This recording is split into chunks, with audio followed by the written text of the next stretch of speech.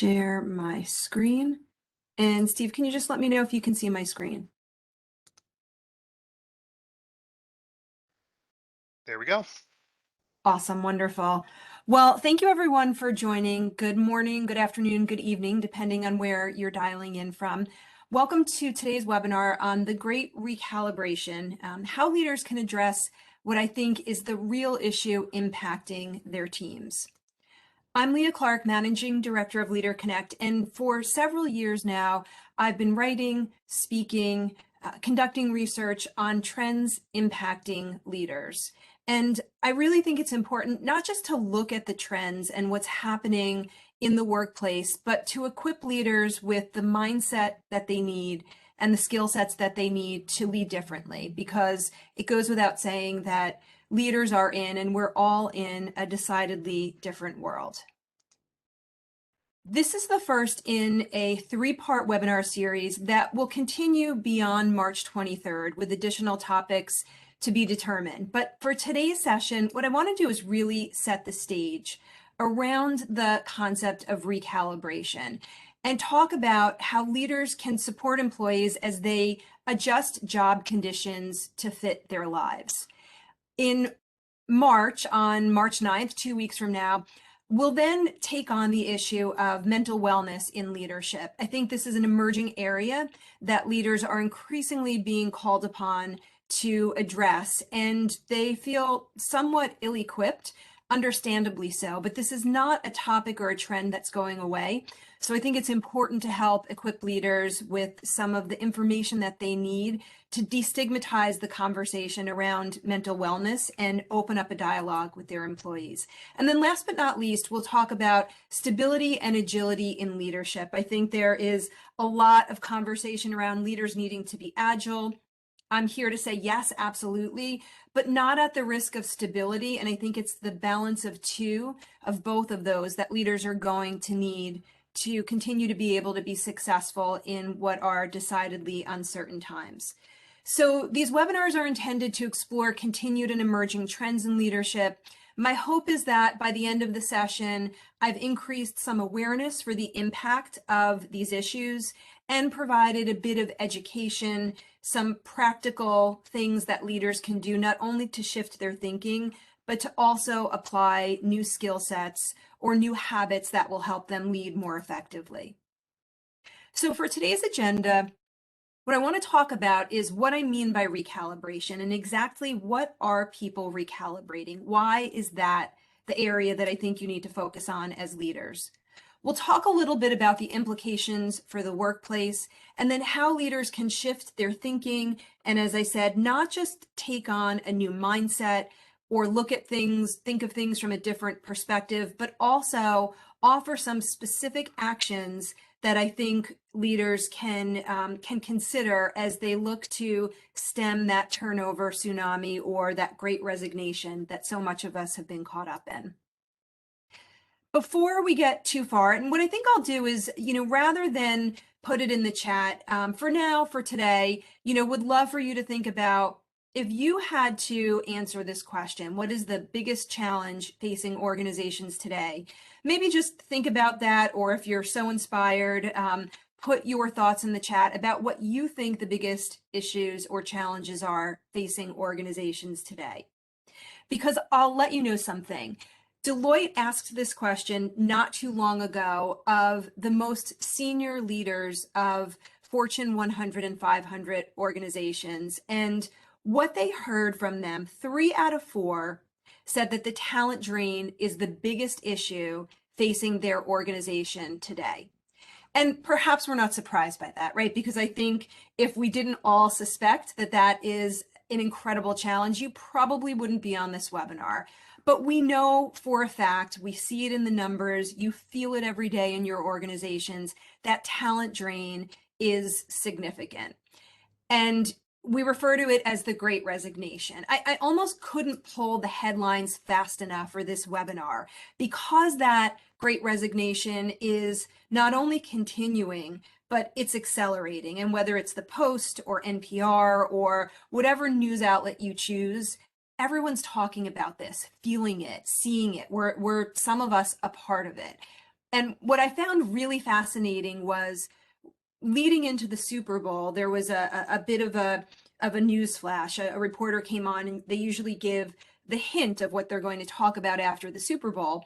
And I was doing something else, but she popped on the screen and she said, "The Great Resignation, more to come after the Super Bowl." And for me, that was just an incredible moment where I thought, well, if at this point it is part of a preview or a trailer in terms of a news report in front of the Super Bowl, that says something about who it's hitting, the level at which we're paying attention to it, the cross section of individuals who are aware of this great resignation. But I don't think that this is the only trend, and you'll hear this repeated throughout the session today. Don't think that this is the only trend that we should be paying attention to. In fact, I think if we focus too much on resignation, we're missing an opportunity to really meet employees where they are, because I think this other trend is feeding into what's really happening with employees across the United States and across the globe. I think the other issue is the Great Reflection. And for those of you who have sat in on my webinars before, you might know that I've referenced this article before by Asao Macaulay, who is an opinion writer and a professor at Wheaton College. And the reason why is I think he does such a phenomenal job of synthesizing what is happening with folks as they reflect within the pandemic, after the pandemic, outside of the pandemic.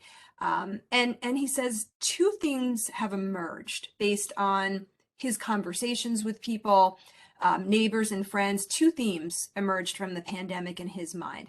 He said that the pandemic disabused us of the illusion of time as a limitless resource, and of the false promise that the sacrifices we make for our career are always worth it. He says the pandemic has reminded us that we're more than what we do. It's about whom we spend our lives with, and we are made for friendship, love, and community. We can't hug a career or laugh with a promotion. And while not all individuals across all industries have the benefit of this reflection, maybe this bit of being philosophical about their jobs, many folks are in fact going through this reflective time frame, thinking about the work that they do and whether or not they are satisfied in different ways by their current job conditions. But I don't think that folks are resigning for resignation's sake. So it's not in the resignation. And I likewise don't see people reflecting just because they want to navel gaze, right? This is about more than that. I think about how these two elements are coming together in the larger movement that I think it's incumbent upon leaders to pay attention to. And I'm calling that the Great Recalibration. And I would define it as follows. It is the course correction that people are making to their job conditions to meet their personal values. So it's as if they have these plot points to this final destination or to the achievement or satisfaction of their values. And they've looked down and noticed that they're off course. They're not looking to change that final destination, but they realize they need to remap the route that they take there. Their destination, their values, that hasn't changed, but something is off course and they're making an adjustment. Sometimes that adjustment is a resignation, but it's not always. There are other ways that folks can recalibrate. And if leaders can be a part of the recalibration with their people, I think that they'll do a better job of not eliminating the talent drain altogether, but maybe grabbing some of those key employees right before they walk out the door and keeping the ones that they have more motivated and more engaged. So leaders need to lean into, participate in, be a part of this recalibration. And it looks a little something like this. People are reflecting on some aspect of their lives. Maybe they realize that they don't do yoga as much as they would like to, and they're not eating well. There's something about their health that is off. They're reflecting on this element of who they are. That leads them to conclude, well, why is this happening? my job is stressful, I don't have the additional hours. There's some reason behind the inability to fulfill this particular important element of their lives. And so as a result, they're recalibrating. They're making some kind of change to their job conditions, their home life, and sometimes they are resigning. But I think if leaders can kind of back things up a little bit and focus less on the numbers and less on resignation and get at the reasons, understand their people, what motivates them, then they can be on the positive side of recalibration instead of on the receiving end of a resignation. But they have to get into conversations, one-on-one conversations with each employee. Because even though you have 4 million people, right, 4.2, 4.5 million people making the same decision to resign, they're all doing it for different reasons, for very unique and personal reasons. And so digging into that as leaders is certainly what I'm advocating for here. There are some trends, to be sure, and we'll get into those in a minute. But I'd like you to think about for a moment as we transition into those trends and those themes and where this is all going. When you think about the people in your life, or maybe yourself, why are those folks recalibrating? And why have you recalibrated, right? What's your reason? 4 million different reasons, some common themes. People saying, I just can't do this anymore. And that could mean many, many things. It might mean a commute. It might mean a workload. It might mean a job that no longer fulfills what they need personally. Certainly some themes around working moms and working parents. My kids are home. This is getting too hard to juggle. Something's got to give. Or maybe that recalibration is not a departure, but hey, I'm getting ready to retire and I need to figure out the next chapter of my life. A good portion of folks who are ultimately resigning or thinking about it, they're in this resignation or this retirement phase. And that's a place that leaders need to open a dialogue and start to create maybe a more efficient glide path for that population. And then others are saying, this is a big one, right? I want to work from home. I'm never going into the office again. I will forever be virtual. That's the kind of recalibration that I need to do. And we see it in the numbers, right? When they reach these conclusions, these reasons, they choose to recalibrate in different ways. Retiring, a incredible number of the population, buoyed by a really strong economy, maybe January notwithstanding, they're saying, I'm in a position now to retire. I wasn't considering it, I wasn't thinking about it, but I'm going to do it. Others are, yes, changing jobs and moving industries. It was 4.2 million in October, 4.5 million in November, and the trend is certainly continuing. Others are changing geography, right? They're not leaving their job, but they're recalibrating in some other way. That concept of farm to factory to cubes to work from anywhere, that's their recalibration. They want to go work in some luxurious place or some other location that better meets their needs. Adjusting their hours, as this Fast Company author says, thanks to technology, the 8-hour 9 to 5 workday is a mirage. Or maybe they're changing their status. An evolution to this, not to be discussed today. There's a lot of conversation and trends around, hey, ultimately, I think where this is going is a completely asynchronous workforce. And so the way that people are changing and the way that our status, our job conditions with our organization is changing, it's not done. There is more to come.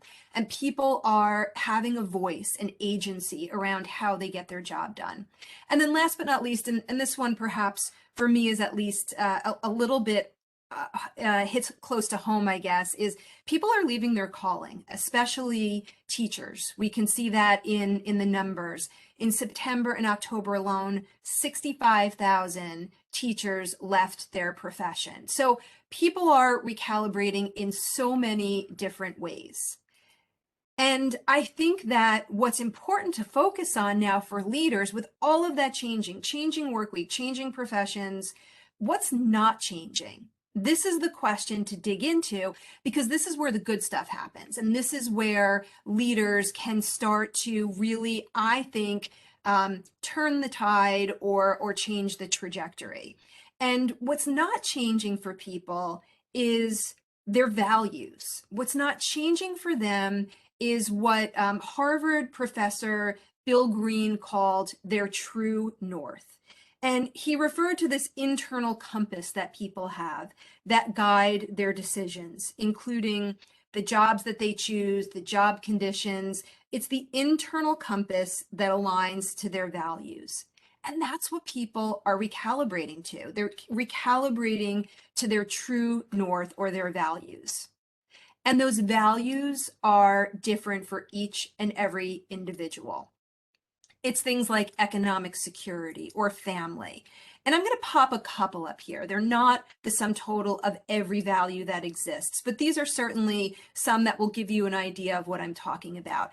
People are recalibrating so that they can meet their personal values, their individual values.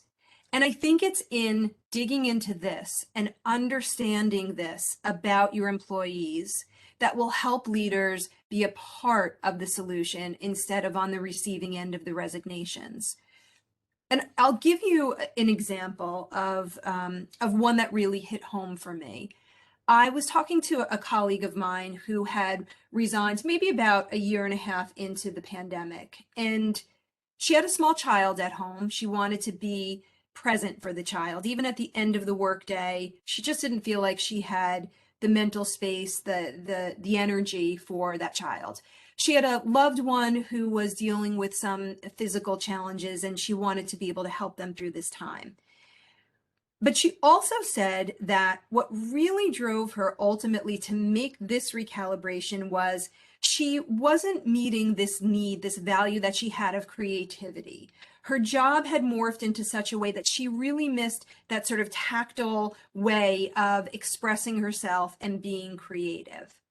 And so you look at that individual and she might look like a number or a statistic, another person who resigned, another working mom who wanted to be with her children. And yes, family was an important value to her, but that value of creativity was looming so large for her, and she couldn't find that on the job that she had. So meeting these core values and being able to recognize what they are for each and every individual is something that leaders need to really tune into, dial into.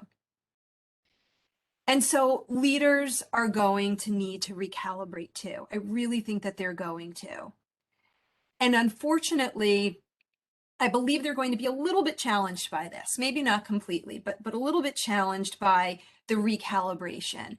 And here's why I say that, because there is some research that indicates that organizations and leaders by extension are disconnected from the real reasons why people are ultimately recalibrating and in this case resigning. So what McKinsey found in research that they did in October of 2021 is that there is a disconnect between why employers think that individuals are leaving and the reason that employees are actually leaving and choosing to recalibrate in that way. Employees prioritize relational factors. The top 3 reasons they said that they would leave is 1, they don't feel valued by their leader, their manager. Number 2, they don't feel valued by the organization. And number 3, they want to find an organization that around which or in which they have or feel a sense of belonging. So valued by the manager, valued by the organization, sense of belonging. They prioritize relationship factors.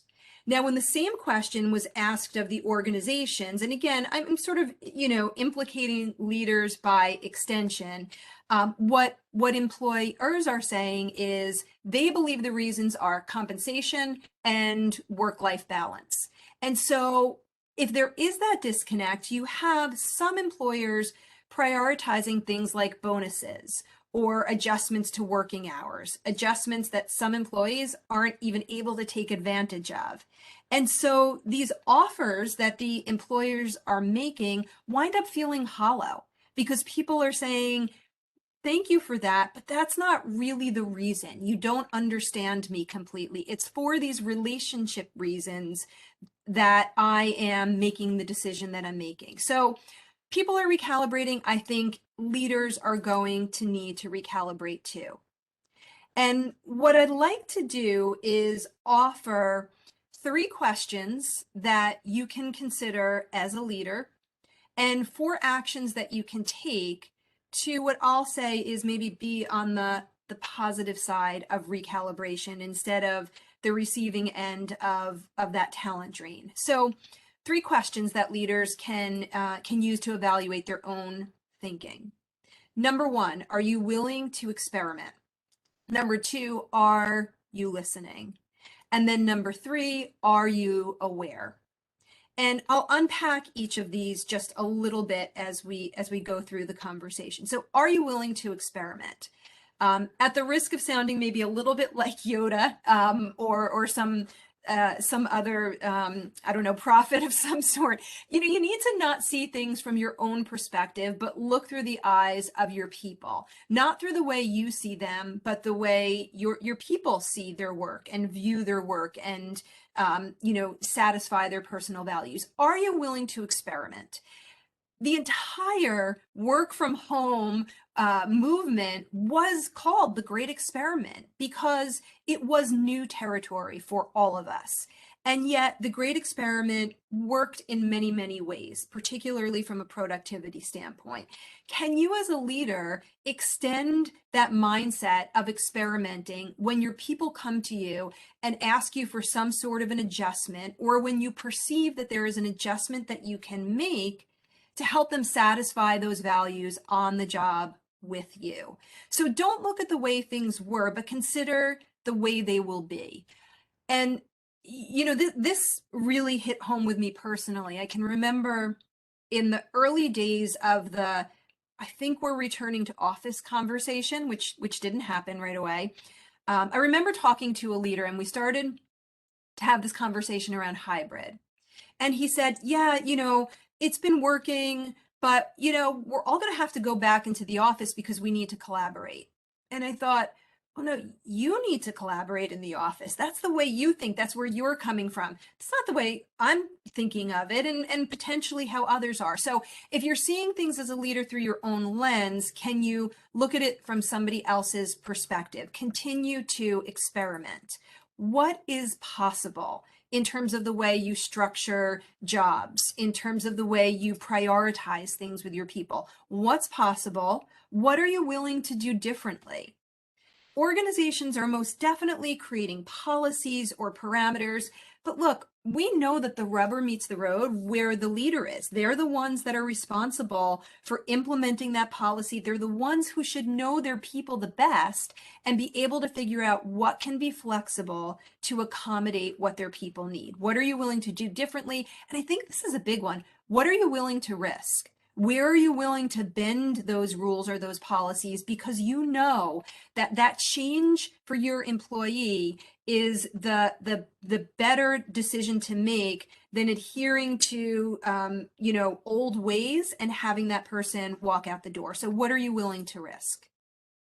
And then question number 2 is, are you listening? Are you really listening for understanding? Listening for understanding and not letting comments fly by that your people are making, because there's gold in those offhand comments if you as a leader really tune in as completely as possible.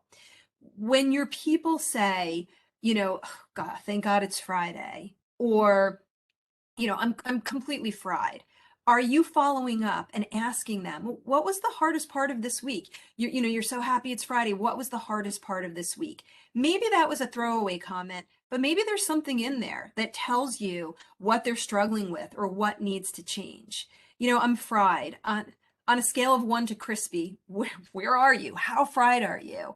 When you are a leader who is tuning in as completely as possible, you're going to get critical information, and you can at least acknowledge what you hear. You may not be able to take care of every single need that your employees have, but at least acknowledge what you hear, tune into what they're giving voice to, the challenges, the conditions that they want to adjust to meet those values, and don't shortchange that person. Don't focus so much on the to-do list and contribution that you fail to work on those relational components that we know are so critical.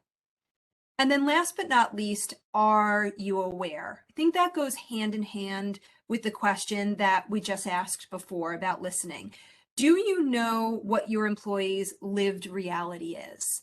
I'm going to talk in a couple of moments about wellness and well-being, and the fact that more and more people are bringing their full selves, including some of their emotional, financial, psychological challenges to the workplace.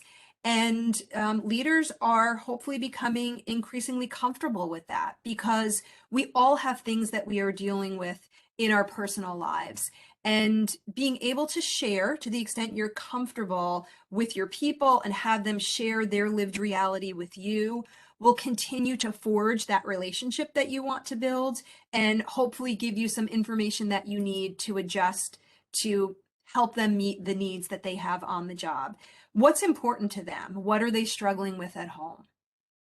If you have a working mom or a working parent who every Wednesday asks if they can go off video for the first 10 minutes of the staff meeting because they need to pick their child up at daycare, can you be aware of the fact that that's happened over and over again, and maybe preemptively say, hey, I know you're going to dial into the first 10 minutes off video, that's fine.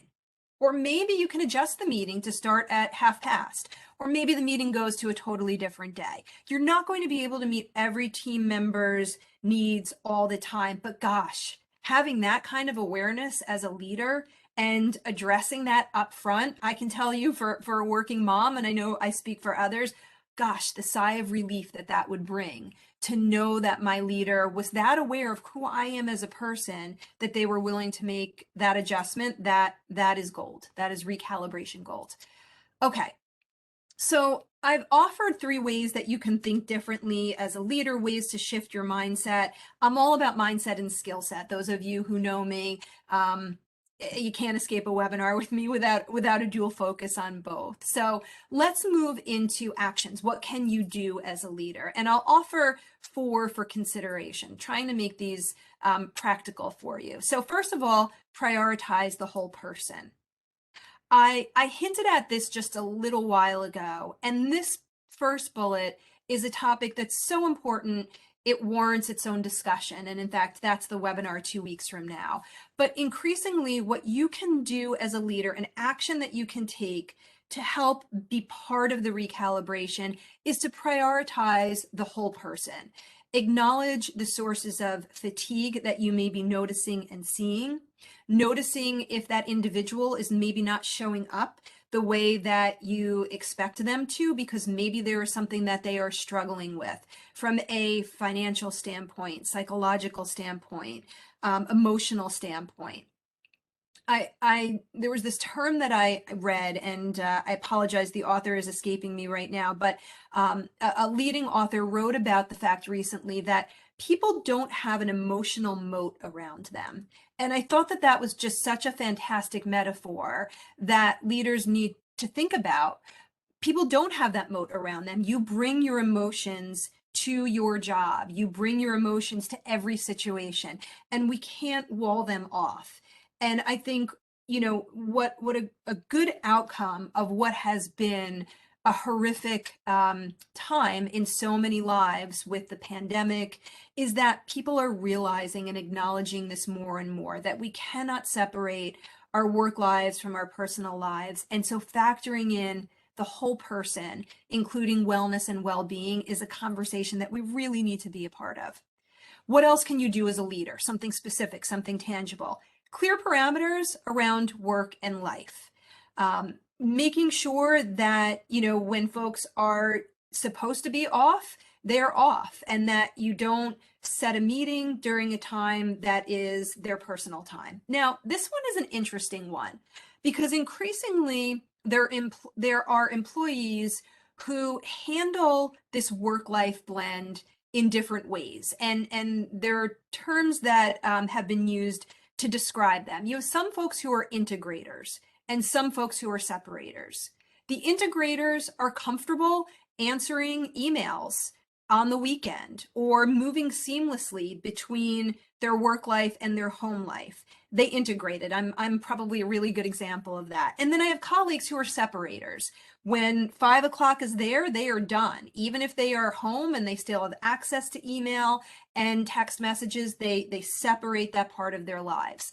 But as a leader, getting clear with your employees' style and what their parameters are about work and life is key. I've seen some folks putting in their footer, right in their email footer, we are a flex environment and I may not answer your email during a conventional workday. I'm sort of paraphrasing. It's a much cleaner footer than that. But the idea is we are much more openly embracing this idea that a conventional workday and conventional work hours, it means different things to different people. And so working with your employees to understand what that means for them, sharing what it means for you as a leader, really important way that leaders can be a part of this discussion. And then model good behavior around well-being, really around any of these actions. As a leader, are you giving people, summer Fridays off or meeting-free Fridays in policy or in communication, but then loading up those Fridays with meetings or sending an email on a Friday afternoon when your employees are trying to take advantage of that benefit that you offered so they can prioritize themselves. So modeling that good behavior and well-being as a leader, so critical. And employees notice this.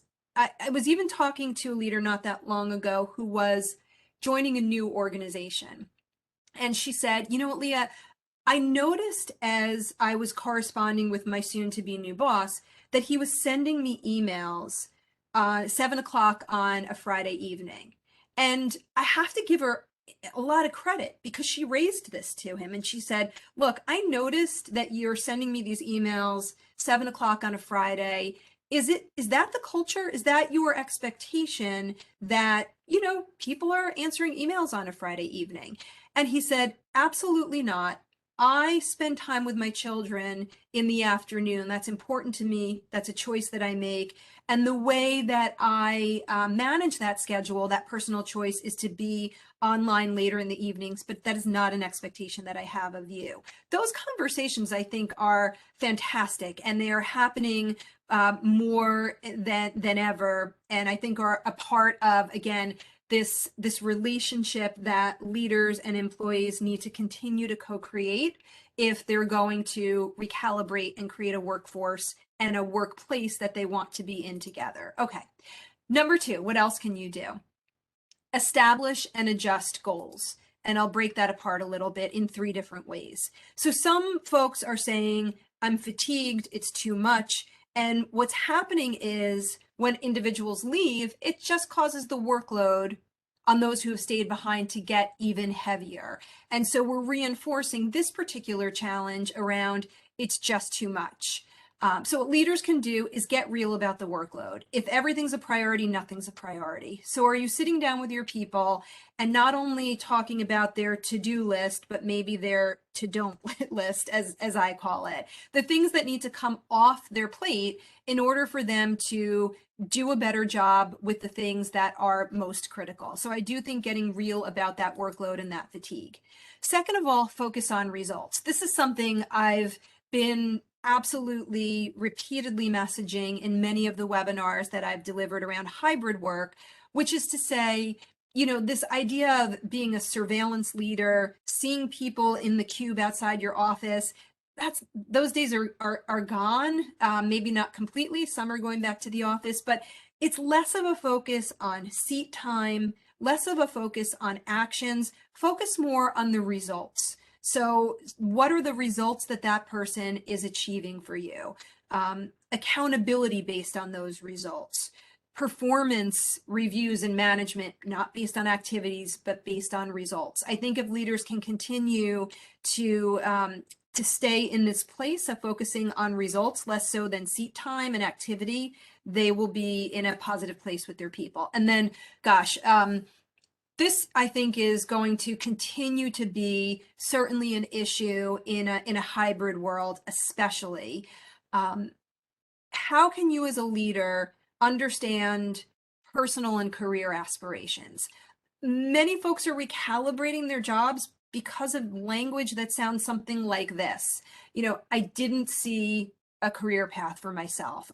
My leader wasn't talking to me about my career aspirations. I didn't know where I was going. So making sure that establishing and adjusting goals includes, as a leader, talking about career and making sure that those career conversations are equitable.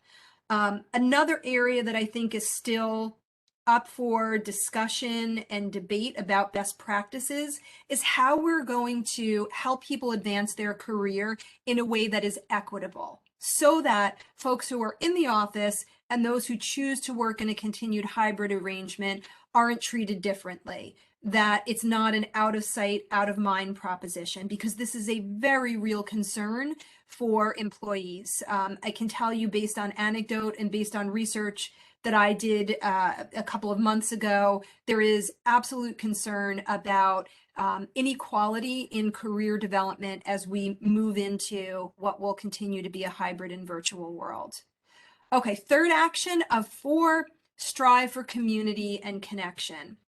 Something that I think we did really well in the early days of the pandemic, when we recognized, we needed to find ways to reach across the digital divide, continuing to work on connection and community and fostering that as a leader. Remember that research that I shared with you that McKinsey did. It was relationship factors that had the greatest impact on folks' decision to stay with their organization or to leave. And so, I would say continue to focus on the relationships that you build with individuals, the way that you forge trust as key and core to continuing to foster connection and community. Acknowledge the work that they're doing. So, it's not just about those milestone events. I think leaders are good still at acknowledging in emails or in announcements large milestone events, big wins, new clients. But what they're not seeing, and this is where employees are maybe missing that validation of their contributions, what they're not seeing is the small things that individuals do each and every day, because they're not noticing that their people just got off a call that really was maybe a tough one with a client, or that they were in a 3-hour meeting and they're just now exiting the conference room, feeling elated but maybe tired. They're not seeing those micro accomplishments. And so I think being more intentional as leaders around acknowledging, rewarding, and recognizing those smaller events will help to continue our folks to feel as though they're valued. And remember, feeling valued by my manager, feeling valued by my organization, key driver for employees. Continuing to have those rituals and those celebrations, whether you are facilitating it via Yammer or a Zoom call, having people share what's going on with them personally, those big wins, doing the coffee or happy hours via Zoom. Maybe those things are getting a little bit old, but finding other ways to share on the personal side of things and celebrating those individual and organizational accomplishments that'll continue to give you that sense of community. And again, it's all about sending that message to employees that you are valued. And then last but not least, and I'm leaving some time at the end because I'd love for you to jump in and ask questions or, raise your hand and provide some thoughts. around, which of these resonates with you, which of these is challenging, where do you have an idea that you'd like to contribute? So as we head into kind of the back end of things, hopefully you're getting those thoughts ready. But the last thing I would say is I think that leaders can take the action of being more vulnerable. In 2020, empathy was, I think, the word of the day for leaders. That was the thing that organizations said they wanted to bottle and take forward with their leaders as they headed into what was an uncertain future. And I think last year there was maybe some sense of maybe resiliency, intentionality. I think that we need to move beyond that and as leaders embrace a greater vulnerability. And I think this is harder for leaders. I did research last year where employees identified the biggest success factors and the biggest stumbles of leaders. And one of the things that they said was a big leader stumble, in fact, it was number 2, was leader arrogance. And that really struck me because whether those leaders truly are arrogant or not, the perception on the part of their employees was that these leaders were not involving others in decisions, hoarding information or keeping information separate from their employees, not being willing to let others in and show them that they maybe didn't have all of the answers. And they may be doing that for very maternalistic or paternalistic reasons, but the bottom line is it's coming across to their people in a negative way. And I think there's an opportunity for leaders to kind of take some of those walls down a little bit. And they can do that in a couple of ways, not just personally, which I'll get to at the end, but be vulnerable in terms of letting your people in the decision-making process, in acknowledging that you have concerns or questions or challenges or mistakes.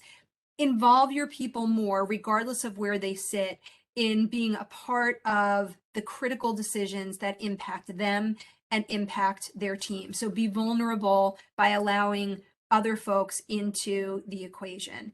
Collaborate on decision making. I think the time has come for much more distributed decision making. The leader may not be closest to the information or to the decision. It may be somebody who's sitting in their home office somewhere. So as leaders, be aware of the fact that your people can and should be asked their opinion. The simple question of, what do you think about this? How would you approach it? What's your idea? Helping them feel valued, involving them in the decision, all part of maybe being a little vulnerable as a leader, but ultimately strengthening your relationships. And then last but not least, and I hinted at this, share personally. Back to that sense of we don't have an emotional moat. None of us are free from challenges that we're likely dealing with on the personal side of things. Starting to maybe let those walls down and share personally will only really strengthen the relationship that you have with your people, their level of inspiration, engagement, loyalty. I think the payoff will be significant.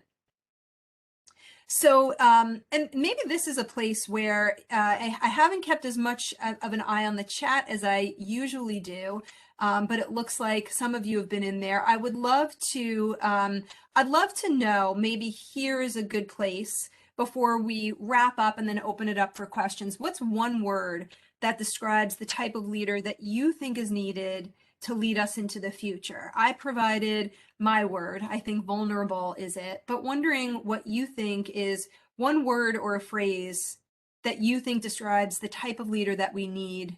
So flexible. Yeah, absolutely. Brian and Clayton, absolutely. And that's what people are asking for. Creative. Yeah, for sure. And Lydia, that I'm a big fan of creative, but flexible. Absolutely. And you may have stolen a little bit of my punchline here, but transparent. Yeah, absolutely, Lynn, for sure. Because here's the thing, right? When you look at something like this, when you look at what employees are asking for, it's not about 1 day or 2 days in the office.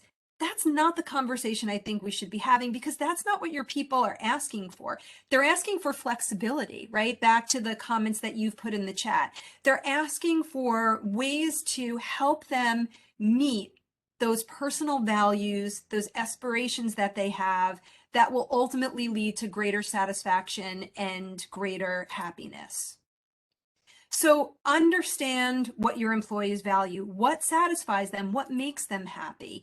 Is it flexibility? Flexibility, why? Because they want to be home with their children at the end of the day and satisfy that value of family. Flexibility so they can do yoga because they have that value of wellness and well-being.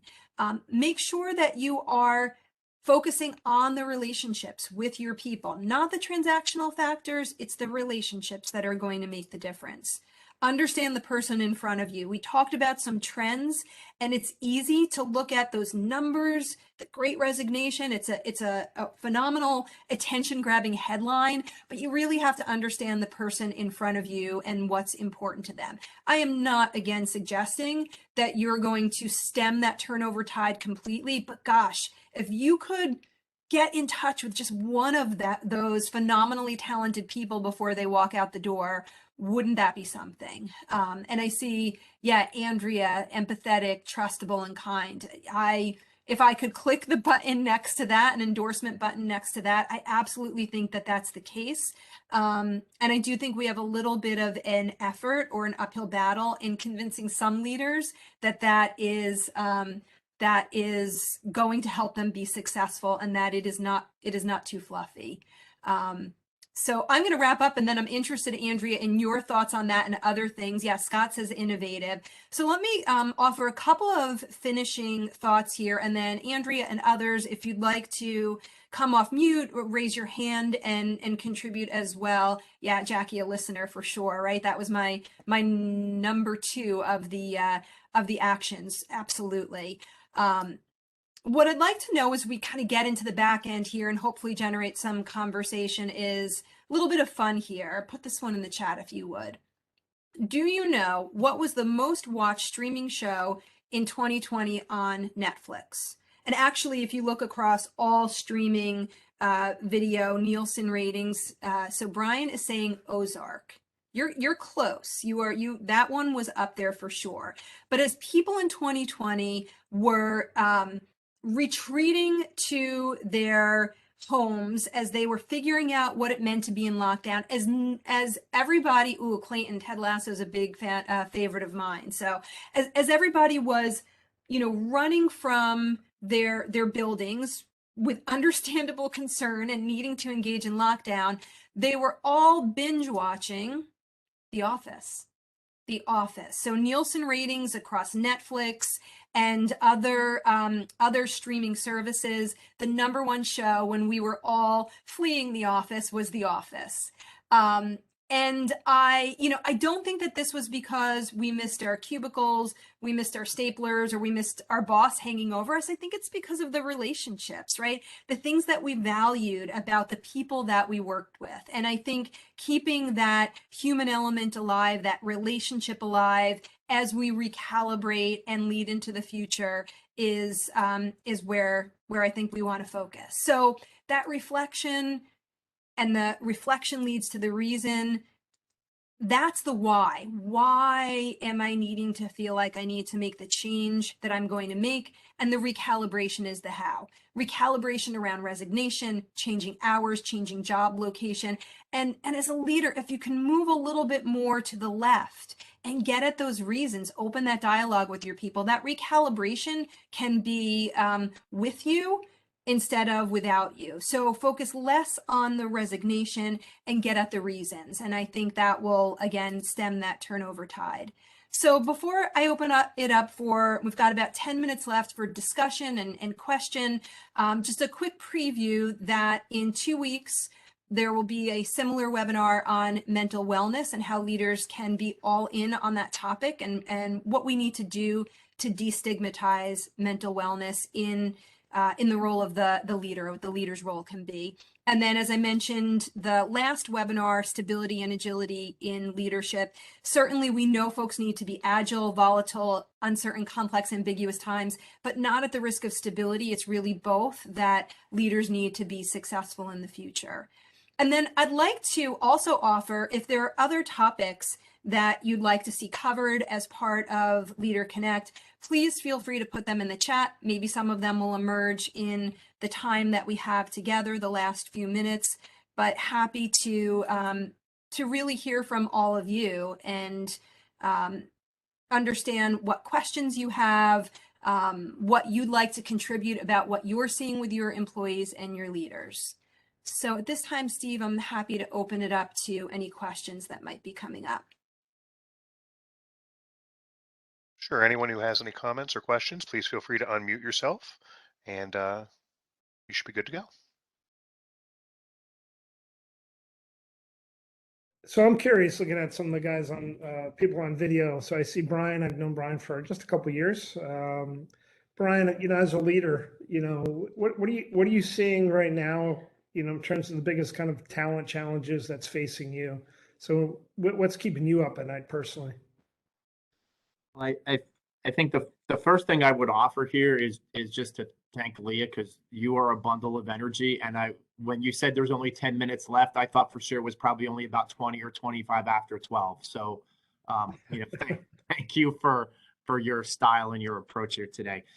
I think to your question, Scott, I would roll back to one of the things I jotted in my notes here, that I think it's so fundamental, but we often fail to do it. And if we continue to fail to do it, that's what's going to perpetuate the talent drain and perpetuate folks like us being up at night wondering how we're going to move the organization forward. And that's when Leah was talking earlier about that equation, the reflection plus reason equals recalibration. And one of the things that you said was one-on-one dialogue with each employee. And that resonated with me. And I made sure to write that down, because everything else that you talked about makes sense to me. Even like the research, the McKinsey research on the relationship factors.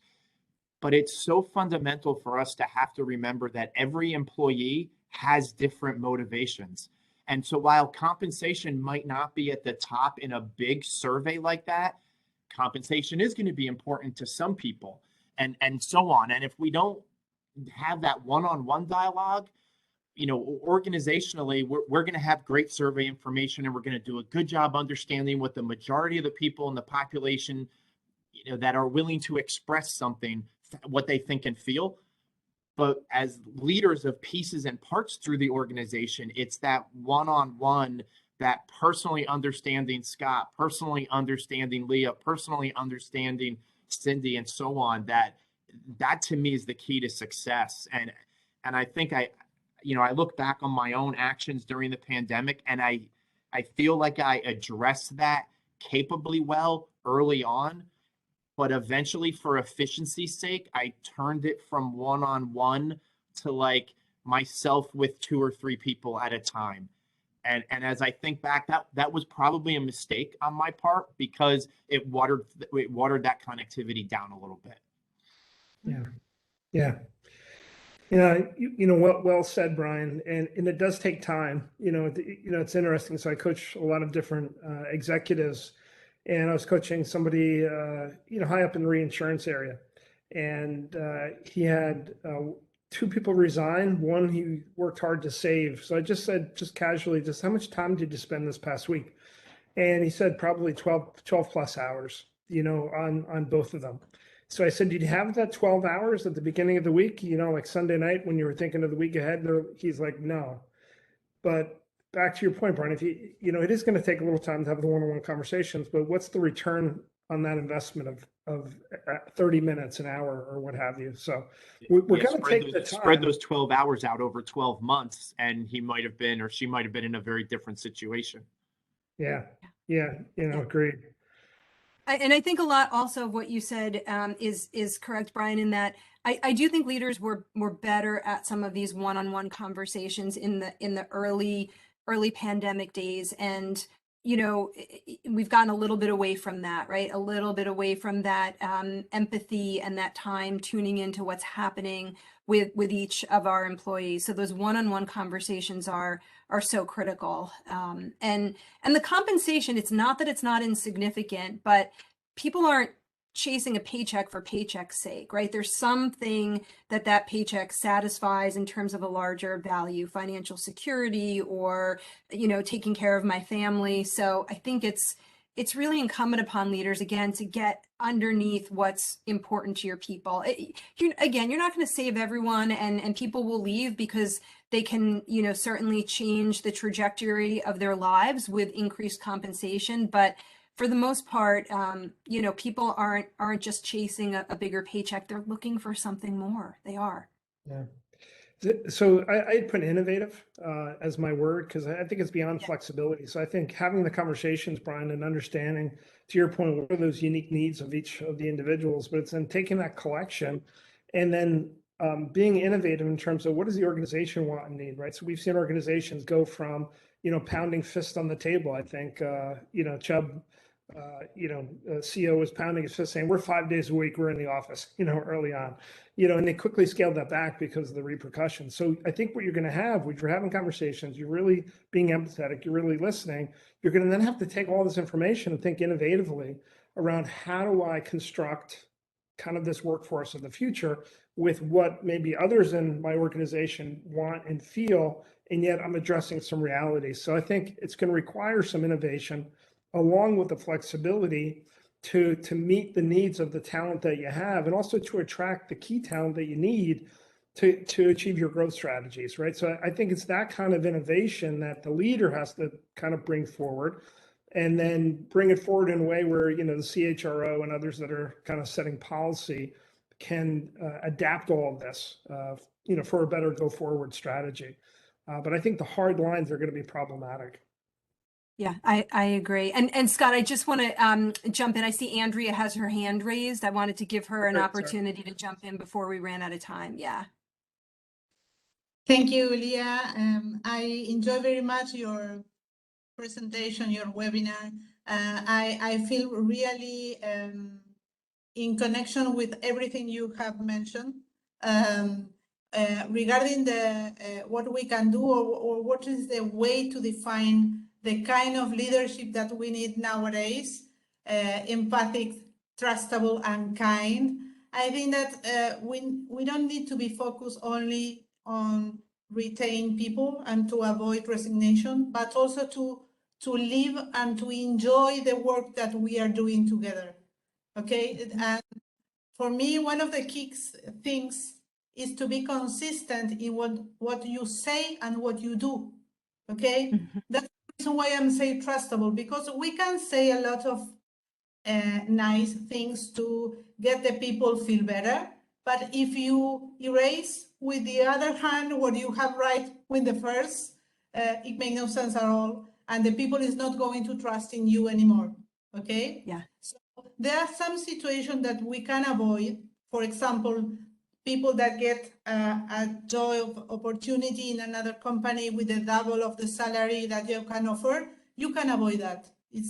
And of course, in that case, could be the choice of the person, what is going to do, or if that offer fulfill their own purpose and not only the money. But what I feel that we need to make focus is again into enjoy, into be kind with the people, to understand the needs, and to have to lead a team that could be supporting each other and enjoying what they are doing. That at least that is my purpose as a leader. Yeah. Yeah, absolutely. And I think you're right on. It's not all about resignation. It's also, again, about recalibration and making those adjustments so that you can be satisfied with your colleagues, with the work that you're doing, that you can get joy out of the work that you do and have that sense of purpose. So that's the conversation I like us to be having, not so much about the numbers. Is it 4.2? Is it 4.5? Is it 2 days? Is it 3 days in the office? This is the dialogue that I think is much more valuable and will result in a more engaged workforce. Because definitely, if the people feels happy and enjoy their works, they're going to make better results. Yeah. Absolutely. Absolutely. Results personally and professionally. Absolutely. Yes, definitely. Thank you, Leah. Well, Thank you. Thank you all. I know we're right at the top of the hour. That is excellent timing on our part. Thank you for those of you who joined today. I hope you dial back in 2 weeks and then 2 weeks after that. Also very open to future topics. If there are things that you'd like to see covered in this forum, please feel free to reach out to me through the leaderconnect.net website. And thank you, everyone. Have a great rest of your day.